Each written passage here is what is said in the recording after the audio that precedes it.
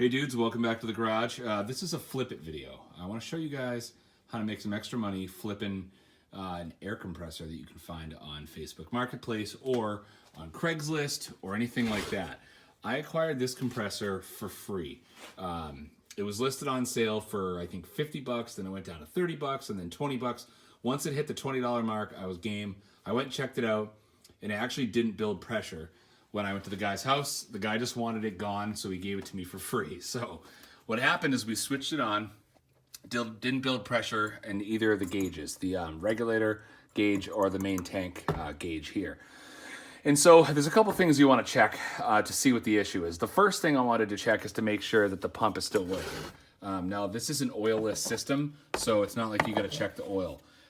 So what I did is I popped the cover off, obviously, and then you have your electric motor right here, and that's driving the gear that drives your piston right here. So you can see the piston is actually operational, and it's pushing in the pump here. So then this is the main hose that goes into your tank. So the pressure that the pump builds that goes into your tank goes in right here. So I popped this guy off, and there is pressure, there is airflow coming out of this hose. So we know that the pump is operational. The next thing you want to check is leaks. There's no rust on the tank, so I know it's not leaking through there. So there's a couple spots you want to check to see if there's leaks. You have your pressure relief valve right here that is Tefloned, and then you have your outlet pressure right here, or your outlet valve right here that is Tefloned. I don't think that's an issue. However, there was a real bad drain valve on the bottom, so what I did was pull that out and I put a brand new one on there. I get these at Harbor Freight for like $2.99. I usually buy a couple at a time. And I pop that in there, and then what I'm going to do is I'm going to run the machine, see if it builds any pressure, and we'll go from there. All right, so what I did was I ran the machine for about 2 minutes, and it built up, let's see, about, I would say 5 pounds or so, and it wouldn't go any further. So I shut it off and I listened for leaks. There was a leak coming out right here on the outlet. So I cranked this guy tight, and then ran it again, and it wasn't building pressure very well. And so I shut it off again, and it was leaking out of the regulator right here. So I cranked the regulator all the way to the right for max pressure to the outlet here, and then ran it. And after about a minute, it went up to 25 pounds. So we figured it out. Now what we're gonna do next is we're gonna disassemble it and paint it. All right, so after tightening everything down, and then putting in, as I showed before, a new drain valve, and completely opening up the regulator, cranking all the way to the right, letting all the pressure go to the tool, cranking that down, the tank actually did build up to, and I should have recorded it while the pressure was in there, it did build up to about 110 PSI. I'm not sure what the shutoff pressure is on this unit. I would assume it would be 105, 115, something like that, because it is a very small compressor. So what we're gonna do next is we're gonna take everything off and we're gonna prep for paint. All right, so I got the pump and all the electrical disconnected from the tank. It was basically just a handful of screws that was connecting, had the pressure hose connected to the inlet right here, and yeah, and then everything popped off. Super simple.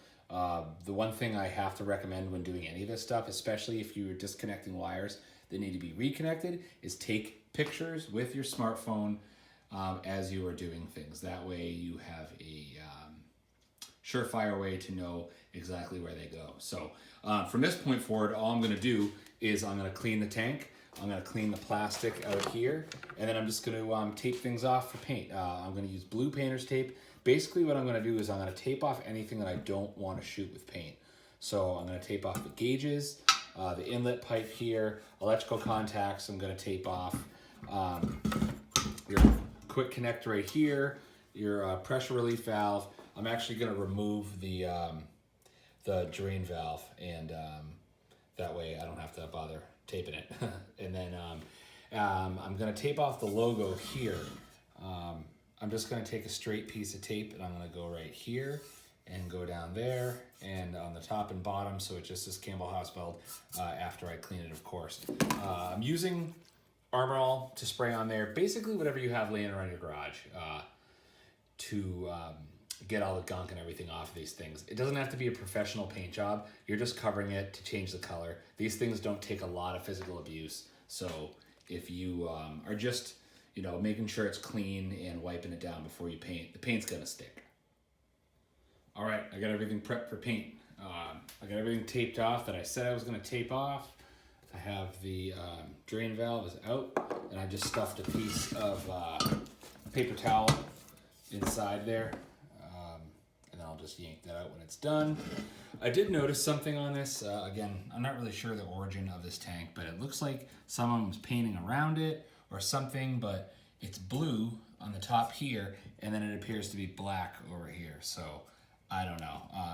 I also used a razor knife right here because the sticker was kind of flaking off, and so I just did a straight cut, or straight-ish cut on there, and then taped off the rest of it.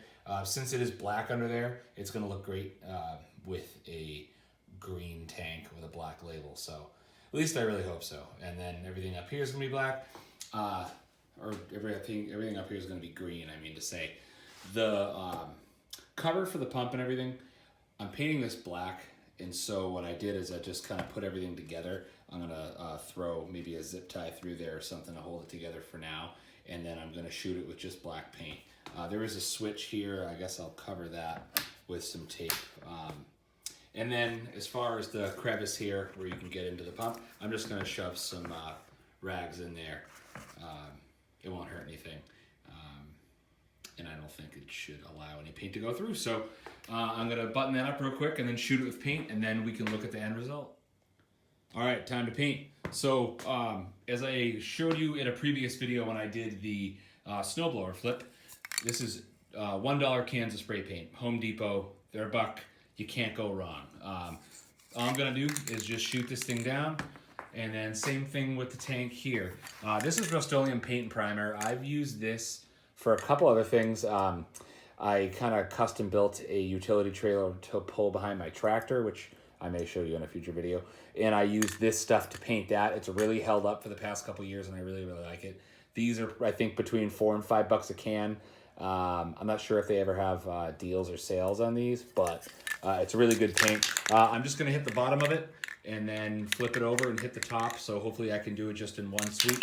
And yeah, that is pretty much it. As you can see, it goes on pretty easily. Yeah, and I don't know how to do fast motion camera, so I'm just gonna stop this now and then show you the finished product. All right, now here's the finished painted product. As you can see, it came out pretty good. Yeah, so as I said before, I taped off the sticker and painted over. It actually kind of looks like a bumper sticker that someone stuck on. But you know what? It is a lot better than it was before. And if I were to go over all those white letters with a razor knife, it would take me forever just to get the letters out. So that's going to do for now. And then as you can see, the black top came out pretty well. And everything else looks all right. As you can see, just a little bit of tape and a little bit of prep time can really make it look good. You know, I almost want to just paint over that sticker because it looks kind of crappy. We'll see. But, all right, assembly time. All right, there it is, finished product. It actually does not look that bad once you get the cover on there, the black sticker. It looks like it sort of fits, sort of, kind of, maybe. Yeah, so, I mean, the gauges on it are still original, and they're not beautiful, but they're functional. And that is what matters.